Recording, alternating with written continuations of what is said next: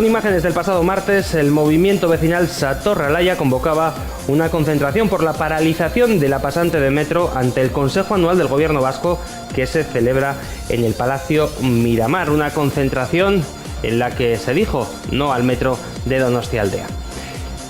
Arratsaldeon, buenas tardes. Enseguida estaremos con dos representantes de la plataforma Satorralaya, pero antes nos vamos al Teatro Victoria Eugenia porque hasta el próximo domingo se va a representar la obra de teatro Obra de Dios, una comedia en la que Mariano Peña interpretará el papel del creador, un creador que va a contestar a preguntas que siempre nos hemos hecho en compañía de sus dos ángeles. Nuestro compañero Miquel ha estado con los protagonistas de esta obra.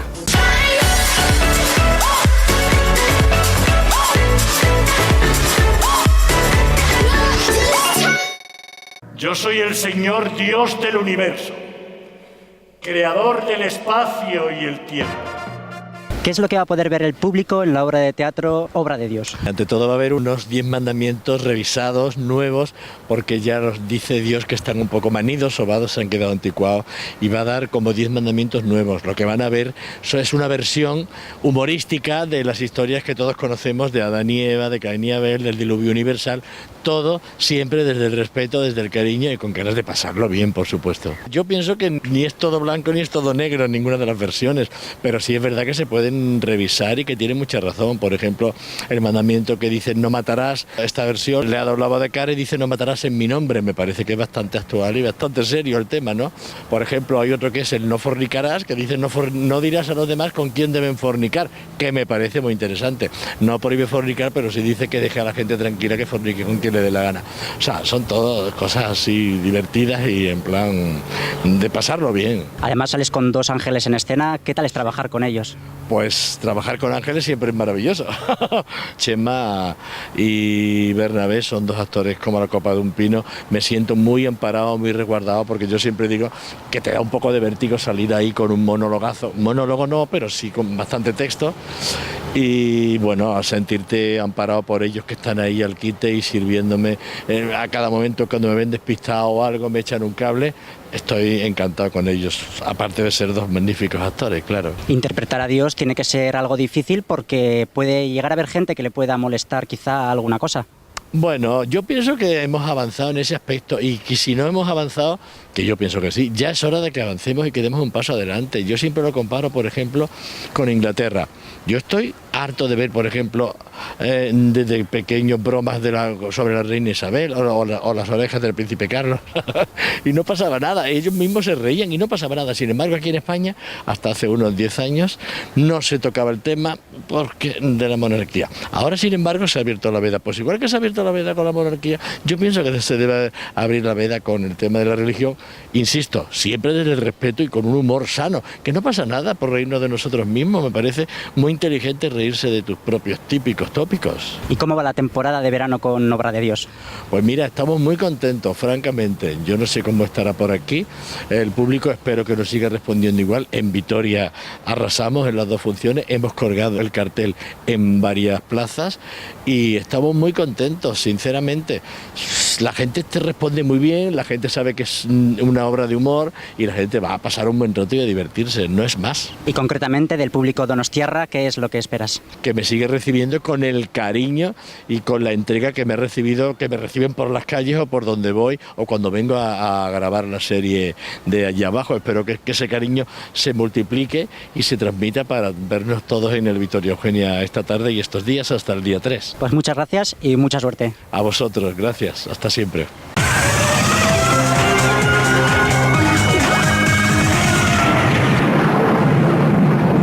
Estas imágenes que vemos son de ayer. Los ciudadanos de Donostia se manifestaban en contra del proyecto de la pasante de metro, un proyecto que ya está muy avanzado y que, salvo sorpresas de última hora, en breve se comenzará a poner en marcha. Hoy nos acompañan dos personas de Satorralaya, la plataforma contraria a este proyecto de metro de Donostialdea. Están con nosotros dos Miqueles además. Miquel Álvarez, ¿qué tal? Bien, bien. Y Miquel Bono, ¿qué tal, Miquel? Muy bien. Dos Miqueles. Miquel, ¿por qué estáis en contra de la pasante? Hombre, por un lado, sobre todo, consideramos, mucha gente, además en Donostia, que no es necesario realmente un metro en Donostia. Donostia cuenta con una red de transporte público relativamente buena, especialmente a través de Debus, ¿no? Que da un gran servicio. También tenemos el Topo, está la red de Renfe, está el Rural de Bus a nivel de la comarca, y también por las dimensiones de la ciudad, también que permite excelentes movimientos a pie, ¿no? Andando y en bicicleta. O sea, realmente pensamos que no hace falta un metro en Donostia, y que existen, en base a lo que tenemos ya, el sistema de transporte público que ya funciona, se pueden hacer mejoras, y hay propuestas en ese sentido, pues sin ese coste económico, sin ese impacto social, y que realmente, pues, para mejorar realmente el transporte público a todos los barrios y lugares de trabajo, hay otras propuestas mucho mejores, ¿no? Hablabas del coste económico, es un coste bastante elevado. Estamos hablando de una inversión muy importante porque hay que hacer un agujero debajo de las casas y técnicamente eso no es sencillo. Efectivamente, bueno, la pasante de metro que hablan, pues sería más o menos de la zona de Morlans, atravesaría la zona de Amara, centro, ¿no? Un poco por la calle Urbieta, luego de una curva, se mete por debajo de la playa de La Concha en un tramo de 300 metros, y luego ya por Miraconcha antiguo, y empalmaría otra vez pues con la red actual de Euskotren en Lugaritz. Son 4 kilómetros aproximadamente, y se habla de unos 200 millones de euros.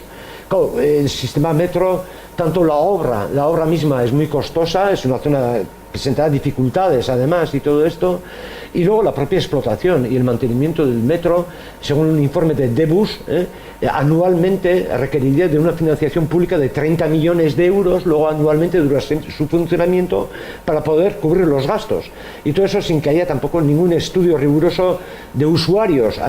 Las cifras de usuarios de demanda, ¿no?, que se llama, han bajado de 33 millones que hablaban al inicio hasta 16 millones. Estamos hablando, por lo tanto, perdóname, Miquel, de un proyecto que nos costaría dinero, no solamente el llevarlo a cabo, sino el luego mantenerlo. Sería un agujero continuo. Eso es, el funcionamiento y el mantenimiento anual, según un informe de un estudio que hizo Debus, 30 millones anualmente, pues para cubrir los costes, elevados costes de explotación y de mantenimiento que suponen. Sí. Este dinero sale del gobierno vasco y lo tienen que apoquinar, digamos, claro, todos los ciudadanos vascos religiosamente. Es así. Nosotros pensamos que no hay una necesidad, teniendo en cuenta la población de Donostialdea, el tamaño de la ciudad y con los servicios que tenemos, o sea, no existe esa necesidad. Y esa suma de dinero es muy grande. Hay necesidades mayores, y entonces pensamos que es en el sentir popular, las encuestas del gobierno vasco daban un suspenso a esta obra. Es algo que la ciudadanía lo comenta, no entienden cómo se puede hacer esta obra, lo ven absurdo, y tiene ese coste, con un coste económico tan grande, ¿no? Es toda una serie de sinsentidos que es lo que nos llevan a protestar. Sí, un poco hoy, pues ahí también recordábamos en el texto que hemos repartido también unas razones básicas que no es necesario, no vemos, pero luego también hay que tomar en cuenta, según los propios estudios del gobierno vasco, al poner en marcha el metro en Donostia, esto repercutiría en Debus con la supresión de muchos servicios, porque entra en competencia, ¿no?, de alguna forma, en unas líneas centrales de Debus, con lo cual, claro, eso va a suponer a nivel de accesibilidad en transporte público. Claro, el metro hace un servicio muy rápido de punto a punto, pero el servicio de autobús te permite una accesibilidad mucho mayor, ¿no?, en muchas calles, en muchas zonas de la ciudad. Hay muchas más paradas. Una pérdida de accesibilidad. Hay trabajadores de Debus que hoy mismo estaban en la concentración, que vienen planteando este problema. Va a suponer una pérdida de accesibilidad, sobre todo para las personas mayores. Ahí hay un tema que está mal planteado de entrada, ¿no? Pensamos existe en Donosti, si queréis, un sistema de transporte público bastante bueno, y cualquier propuesta debería basarse en ella para ir mejorándola. Igual hablamos pues de creación de centros de transbordo entre el Topo y el Debus para mejorar, ¿no?, esa accesibilidad, pero siempre en base a lo que hay, mejorar, y no en detrimento. Lo que hace el proyecto de metro es ponerse en competencia con Debus, y va a traer una supresión. Es un tema muy importante. Luego, las afecciones en la ciudad. Claro, la obra es subterránea, pero hay que hacer obras en superficie, que, por ejemplo, la zona centro especialmente se van a cortar calles, va a hacer una gran alteración del espacio urbano durante meses, que va a repercutir también en los comercios, la pérdida de accesibilidad peatonal. O sea, es una obra de gran envergadura que va a tener afecciones muy importantes en el centro. Otra cuestión mucho que venimos, es la falta de participación social, ¿no? O sea, cómo se hacen las cosas también. O sea, realmente hicieron un trámite de presentación de alegaciones para cumplir el expediente legal, digamos, pero hemos venido solicitando reuniones, que se abra un proceso de participación de la ciudadanía sobre el modelo de transportes, ¿no?, más adecuado para Donosti. Lo han denegado siempre. Se han presentado cerca de 9.000 firmas, solicitando una consulta popular, ha sido denegada. O sea, hay están llevándola con una forma muy impositiva, en el sentido de, en ausencia de cualquier participación, ¿no?, de la sociedad. Y quizás volviendo al tema económico, porque hablabais de 200 millones, si no me equivoco, es una barbaridad de dinero. ¿El gobierno vasco dispone de este dinero o tendrían que tirar de deuda? Bueno, ya han presupuestado, este año lo han metido en los presupuestos, para los próximos 4 años, empezando para este año unos 4 millones y pico, y ya han comprometido dinero en los próximos 4 años hasta llegar a la suma de cerca de 200 millones. Y todas estas grandes obras normalmente lo hacen a través de endeudamiento público. No sabemos en este caso, por ejemplo, con el gobierno vasco, a través de la deuda pública, ¿no? Esto supone un mayor endeudamiento también a futuro, en ese sentido, sí. Y cuando habláis con representantes institucionales y, oye, les planteáis este tipo de cuestiones, ¿qué os dicen? Es que apenas hemos tenido relación, en el sentido de decir que ya en enero de 2016 se pidió una reunión, tanto con Ana Oregui, entonces era la consejera de Transportes, la que en su momento criticó y le puso muchos interrogantes al proyecto de la pasante cuando llegó a la consejería en 2013, paralizó entonces también la tramitación, estuvieron a punto de iniciarse las obras en aquel momento en el antiguo, lo calificó de faraónico, le puso muchos interrogantes y que hacía falta un consenso también con la ciudadanía y todo esto, le lo planteó y se paró un momento. Pues, a ver, con esa mujer le pedimos en enero de 2016 una reunión para plantearles la necesidad de un proyecto de participación social y todo esto. Nunca nos contestaron desde el gobierno vasco a esta solicitud. Únicamente en Eco Goya, en aquel momento el alcalde sí que contestó y hubo una representación del movimiento vecinal. Yo no estuve en esa reunión. ¿Qué decía? Pues en Eco Goya sobre todo decía al parecer que en un momento él tenía dudas, te quiero decir, sobre la justificación económica de esto, pero que como lo paga el gobierno vasco también son cosas que debe recaer en el gobierno vasco, que ellos no tenían competencias como municipio, entonces que no podía hacer nada tampoco pues para abrir un cauces de participación a la ciudadanía porque no era un proyecto de competencia. O sea, realmente hemos tenido muy poco encuentro. En septiembre, por ejemplo, del año pasado organizamos una mesa redonda, era anteriormente a las elecciones al Parlamento Vasco, entonces invitamos a los diferentes partidos con representación y ahí sí pudimos tener un intercambio, estaba uno del PP y del PNV, de PSOE no vinieron, no acudieron, los demás sí, y ahí sí que hubo un cierto debate con ellos, pudieron percibir también el descontento, ¿no?, de la gente y las preguntas. ¿Qué dicen? ¿Qué dicen? Pues por ejemplo, igual ahora te dicen que 200 millones es una inversión pequeña si se tiene en cuenta que esta infraestructura es para los próximos 150 años. ¿No? Así hablan, últimamente estas cosas dicen que realmente no está justificado. En esto hemos querido también pues, entrar en contacto con otras voces, profesores de universidad, que llevan como economistas críticos y así para que realmente se elaborara un estudio más, una crítica más profunda, ¿no? Te quiero decir, de estos aspectos que nos parece en la manifestación de hoy o en la concentración, el lema uno era el metro es un derroche, ¿no? La pasante es un derroche.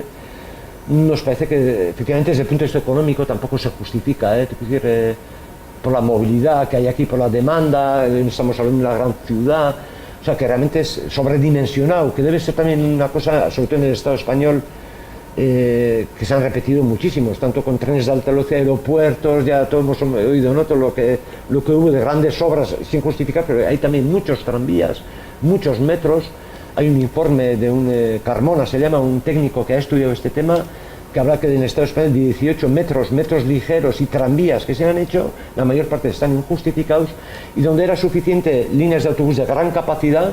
Por ejemplo, Debus tiene un proyecto de crear una línea desde Alza hasta el Antiguo, uniendo la 5 y la 13, las dos líneas formando una línea de gran capacidad, pues esto está paralizado, donde sería suficiente realmente un servicio de autobuses de buena capacidad, como en Gasteiz quieren hacer a la zona del Lacua, además que son cosas que se discuten en otras ciudades, pues aquí han optado por un metro subterráneo, pues realmente sin rigor, quiero decir, desde el punto de vista, yo creo, del transporte y Por de... ejemplo, si queréis un por poquito ejemplo, barriendo para casa, hay una cuestión que se comenta mucho en la comarca del Bidasoa, y es que para llegar a Onyarbi hay tan solo hay un autobús desde Irún, y muchas veces en cuanto hay tráfico es muy difícil llegar, y gente de la comarca del Bidasoa dice que quizás antes de hacer este tipo de proyectos igual sería más interesante, no digo un metro, pero igual una línea de tranvía, que siempre puede ser más fácil para unir dos municipios, que es un embudo. En cuanto tienes un pequeño problema de tráfico, llegar a Onyarbi te puede suponer desde Irún, que están al lado, media hora, 40 minutos. Sí.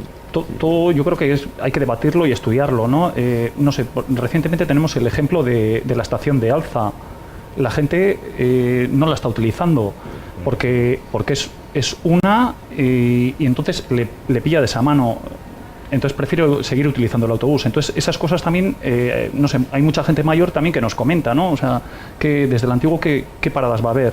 Claro, con el autobús tienes muchas paradas. En cambio, eso con el metro no va a ocurrir. Y bueno, pues hay que tener en cuenta la cantidad de gente, la orografía, el terreno que es y una última cuestión, judicialmente hay una posibilidad real de parar este proyecto. Está interpuesto un recurso contencioso administrativo en el Tribunal Superior de Justicia de Bilbao, ¿no? Desde el mes de diciembre está en trámite. Ahora se ha puesto la demanda también en abril, son diferentes fases, ¿no?, del proceso. Esperamos que pronto abrirán la fase de pruebas y todo esto. Un poco está basada en dos cuestiones. Claro, es un recurso jurídico, ¿no?, que tienes que limitarte también a lo que puedes agarrar ahí. Por un lado es que carece de declaración de impacto ambiental, que se llama.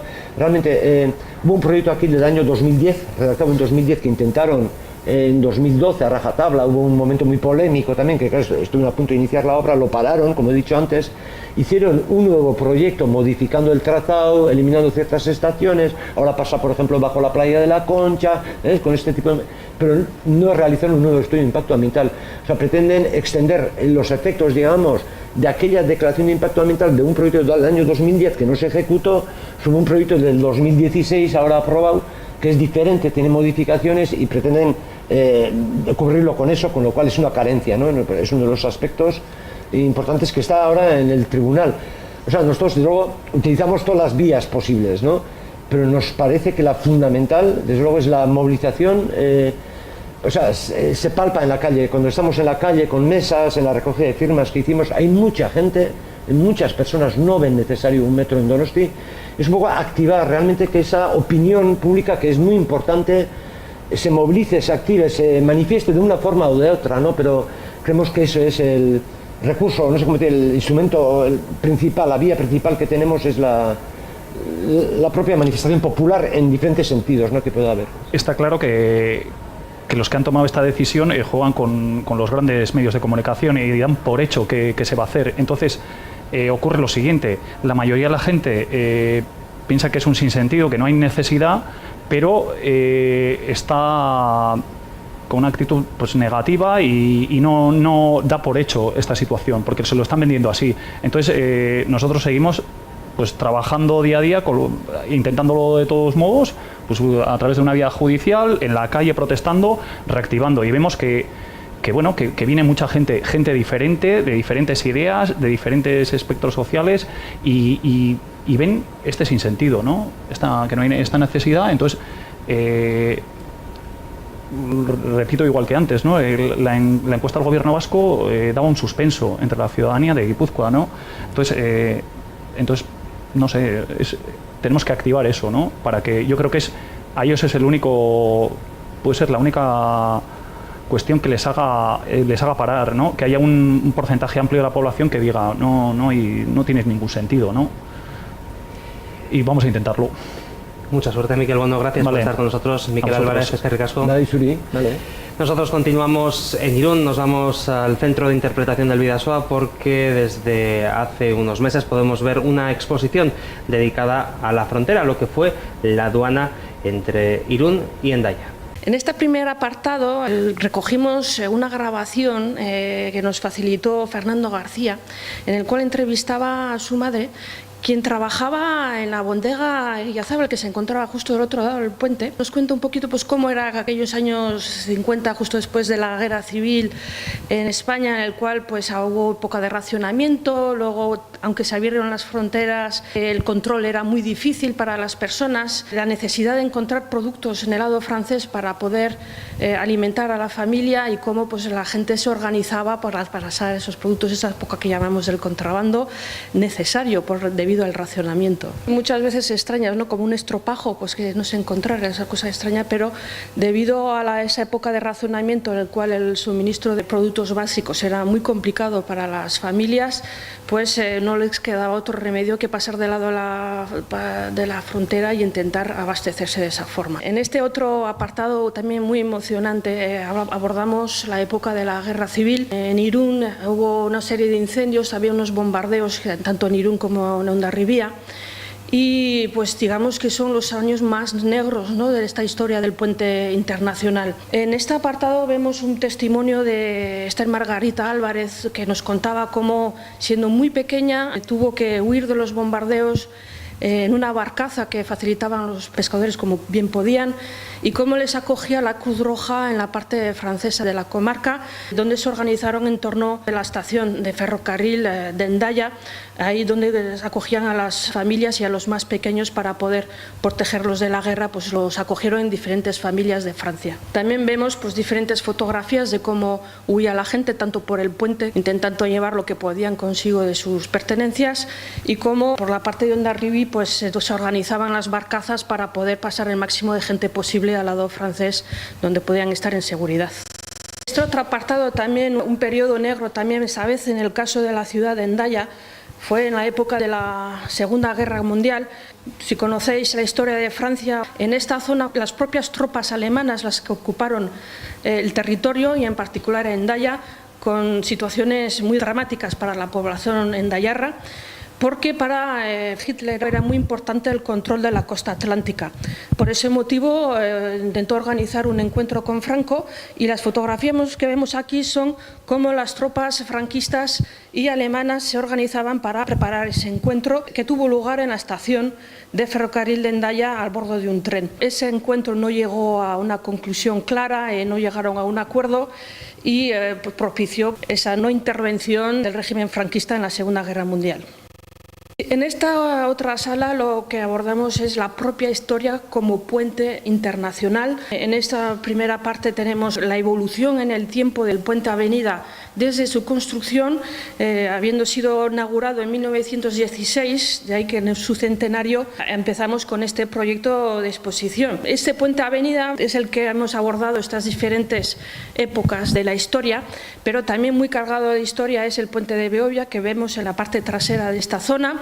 Hemos empezado las fotografías desde 1864, que fue el momento en el que se restauró el puente de Beovia, y hemos conseguido fotografías desde esa época.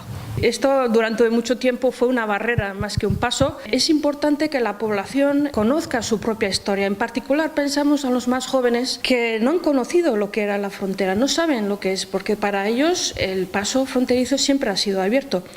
Y es importante para los jóvenes acordarse, sobre todo en la época que vivimos ahora, de cómo es enfrentarse a esas barreras fronterizas, cómo es huir de la guerra, de la miseria, cómo es tener que salvar tu vida buscando acogida en otro país, que es de mucha actualidad hoy día, y sobre todo conocer la propia historia de la comarca. De otra forma, también para las personas mayores, acordarse de esa época es muy emocionante. Una exposición en la que vemos lo que era la aduana, lo que era la frontera entre Francia y España, una frontera que cruzamos con una facilidad enorme, pero antes no era así. Para saber cómo era en aquella época, tenemos hoy con nosotros a una de las personas que trabajó en una agencia de aduanas de Irún. Él es Pedro Serrano. Pedro, ¿qué tal? Muy buenas tardes. Hola, muy buenas tardes.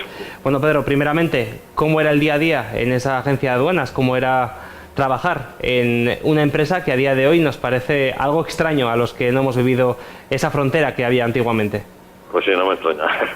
El día a día, bueno, pues empezaba con la recepción de la documentación de los camiones. Los camiones, los choferes se ponían en contacto contigo a través de un servicio que se ofrecía en la explanada del Colegio de Agentes.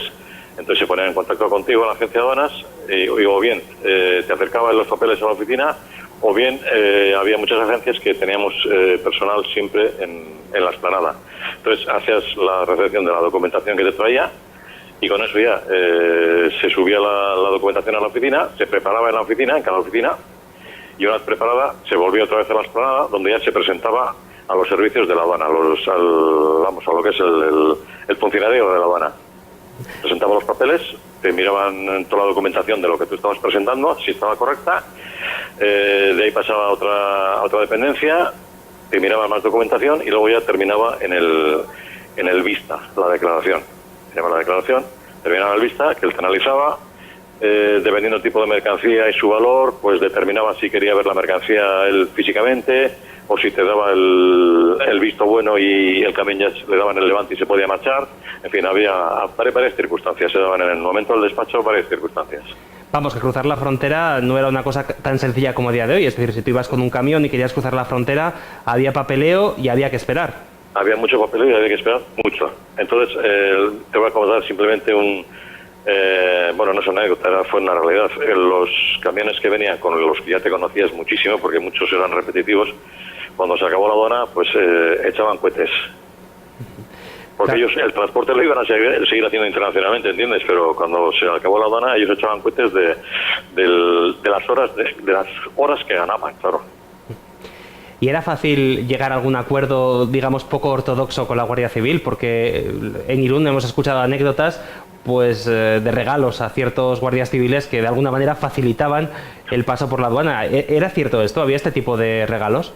Eso yo más pienso que es en lo que es en frontera, lo que era arriba, en el paso de coches y demás, en frontera, ¿entiendes?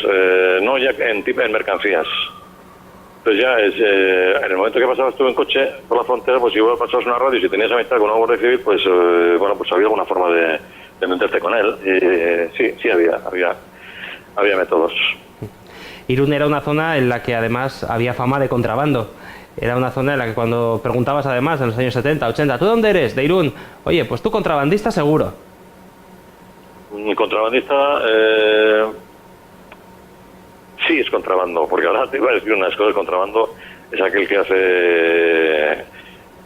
que contrabandea, ¿no? Para lucrarse y demás. Aquí el contrabando también a pequeña escala, que es lo que hacemos muchos, pues es pasar una radio del otro lado o traer una televisión.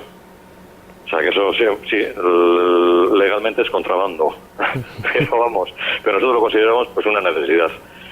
Estaba mucho más barato allí, traías y ya está. Te las ingeniabas con algún transportista que te las pasaba en el camión. Teníamos la desgravación de al ser importación de España, en Francia también existía una desgravación por exportación, que eso lo teníamos que arreglar con los gendarmes del otro lado, sin que te viesen los guardias civiles, porque si te veían hablar con los gendarmes, el guardia civil de aquí ya sabía que tú estabas pasando algo. Entonces esa era el intríngulis. Me imagino que anécdotas muchísimos, ¿no? En todo el tiempo que estuviste trabajando. Bueno, anécdotas, yo estuve pues 25 años. ¿Y alguno que nos puedas contar que haya sido curioso? Lo de la facilidad de la aduana, cuando hablabas también que si los guardias civiles, bueno, todos nos aprovechamos de esa circunstancia. Si tú tenías un camión de gambas,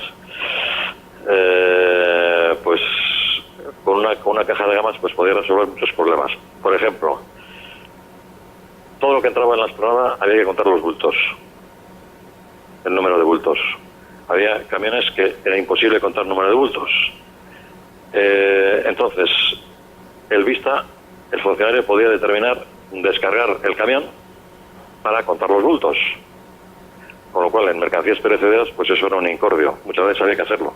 Entonces, si regalabas una caja de peras, manzanas o de gambas a alguien, pues te daba el visto bueno y seguías con el proceso para adelante. Pero eso más que tú, que era prácticamente una necesidad, porque si te descargan un camión de esos, te pasas todo el día con el perjuicio que te supone, tanto para la mercancía como para el chofer que pierde tiempo. El cliente no recibe mercancía, porque había muchas mercancías que iban a mercado, claro, al día siguiente. Entonces, y entrar en la aduana era lo mismo entrabas a las 8 de la mañana, salías a las 2 de la tarde que a las 6 de la tarde, dependiendo del tipo de mercancía que fuese o alguna complicación que tuvieses. Por ejemplo, revisión sanitaria, eran muchos los camiones que entraban a diario en Irún con mercancía que necesitaba intervención de los servicios sanitarios. O sea, que era otra parte más, otra documentación más que tenías que preparar para que te diesen el visto bueno y tú proceder con lo que es el despacho aduanero. Pero una última cuestión, porque comentabas antes que cuando desaparecen las aduanas, cuando desaparecen las fronteras, los camioneros echaron cohetes, pero sí que es cierto que en Irún fue un golpe muy duro porque muchísima gente vivía de las aduanas. Irún fue terrible, porque te cuento, cuando te he dicho antes que se hacía la reflexión en la aduana, en la explanada, a los camioneros, había muchos que tenían que coger taxi para ir a las oficinas. Entonces, los taxistas estaban desde las 8 de la mañana en la zona de la explanada, se hinchaban a hacer viajes al centro de Irún. Pero se hinchaban a hacer viajes al centro de Irún. Entonces, los taxistas fue un gremio muy castigado. Otro gremio castigado, la hostelería. Aquí se movían muchísimos millones. Había aquí... Pero es que era una millonada lo que se manejaba aquí en el día a día. Igual ingresabas 500 millones de pesetas de derechos de aduana que pagaban los clientes. Bueno, pagábamos nosotros, los agentes de aduana hacíamos el pago en la aduana y luego tú tenías que cobrar de tu cliente. Pero durante mucha época eran 500 millones diarios de pesetas. O sea, era una barbaridad lo que se trabajaba. Venía mucho cliente aquí, invitabas a comer a mucha gente, por eso la hostelería también muy castigada. Para los propios trabajadores, empleados de agencia de aduana, pues se ganaba bien y te gastabas bien. También utilizabas la hostelería, te comprabas ropa maja, en los súper también no mirabas el precio, o sea, era distinto. Para nosotros fue una especie de psicosis cuando se acabó la aduana, porque andabas ya mirando con más miramiento los precios de las cosas. Antes ya era mucho con más ligereza, porque había dinero, entonces se manejaba mucho dinero. Pedro Serrano, ex trabajador de una agencia de aduanas en Irún, te agradezco muchísimo que nos hayas atendido. Un abrazo y hasta la próxima. Sí, si te ha servido para algo, me alegro mucho. No nos movemos de Irún, nos vamos ahora a la Plaza Urdanibia, donde se celebró el pasado viernes el espectáculo de los Golden Apple Quartet, Mundo Intrépido, un espectáculo con el que se rieron todos los irundarras que se acercaron a la Plaza Urdanibia. Por cierto, si te lo perdiste, muy pronto van a estar también en el Teatro Victoria Eugenia. Estuvimos con ellos y así nos hablaban minutos antes de salir a escena.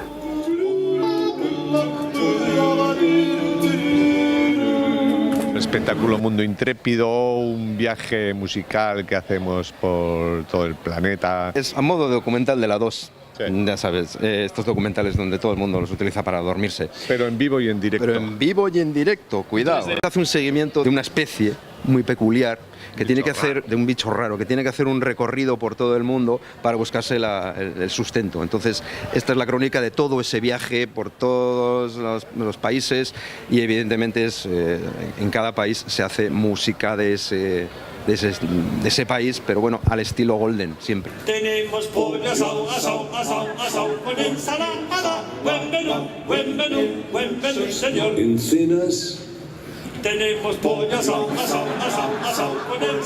Comidas de empresa. Tenemos pollo asado. Cócteles, almuerzos, ágapes. Tenemos pollo asado y bautizos. Tenemos niño asado. Tenemos niño mojado. La puñetera canción esta que me está liando. Llevamos con él, sí, 2 años, pero ahora volvemos, hemos estado haciendo un poco gira, lo hemos hecho por Castilla y León, pero ahora en la semana del 12 y 13 estamos en San Sebastián, en el Victoria Eugenia, o sea que ya sabéis, ahí tenéis que ir a ver Mundo Intrépido, que ahora está bonito. Aquí es una plaza fácil para nosotros, o sea, la gente va a venir y se lo va a pasar tan bien como nosotros, o sea que no lo tenemos difícil. Solo la prueba de sonido ya les ha gustado, o sea que imagino que el espectáculo les gustará más. Han dicho que van a volver y todo después. By the rivers of Babylon, there is a town, everywhere, when we remember Zion. By the rivers of Babylon, there is a town, everywhere, when we remember Zion. When the wicked carry us away, captivity required from us the song. The house shall be sing the love song in a strange land. Dale a tu cuerpo alegría Macarena, que el cuerpo es para darle alegría y cosa buena. Dale a tu cuerpo alegría Macarena, Macarena.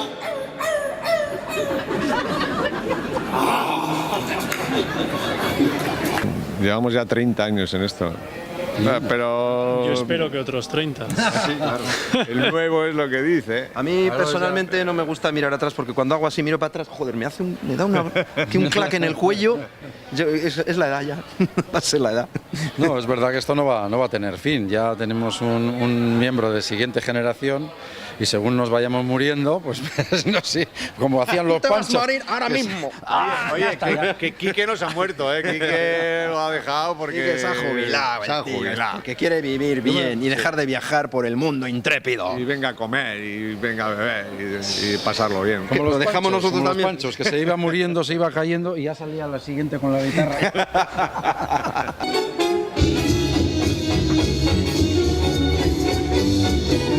As long as I'm singing, that's the love in my brain that's ready, making a crazy ding dong. I hate this bell, come to serve me. That's the something in the world to help me. Long as I'm singing my song, give me trumpet, legato, and boss and sax and Sweden, sweet legato and Sweden. As long as I'm singing. Cerramos hoy en EPI y lo hacemos como siempre en compañía de Superpagola. Volvemos la semana que viene con más actualidad. Agur, Andoizan.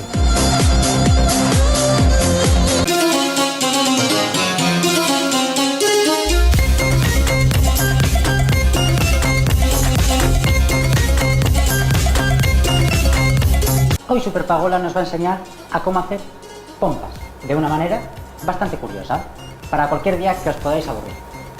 Y para eso, ¿qué necesitamos? Jamón concentrado, un vaso de agua y una pajita o popote. Todo el jamón que tenemos concentrado lo echamos aquí. Ahora lo vamos a dar vueltas. Para eso necesitaremos alguna cuchara, pero como nosotros no somos normales, aquí tengo el famoso vibrador.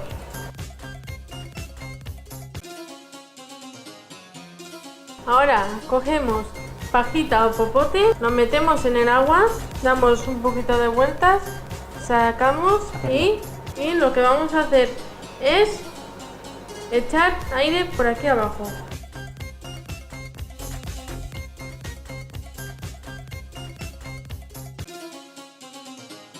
Y ya está. Ya hemos aprendido a cómo hacer pompas sin ir al chino y gastar dinero.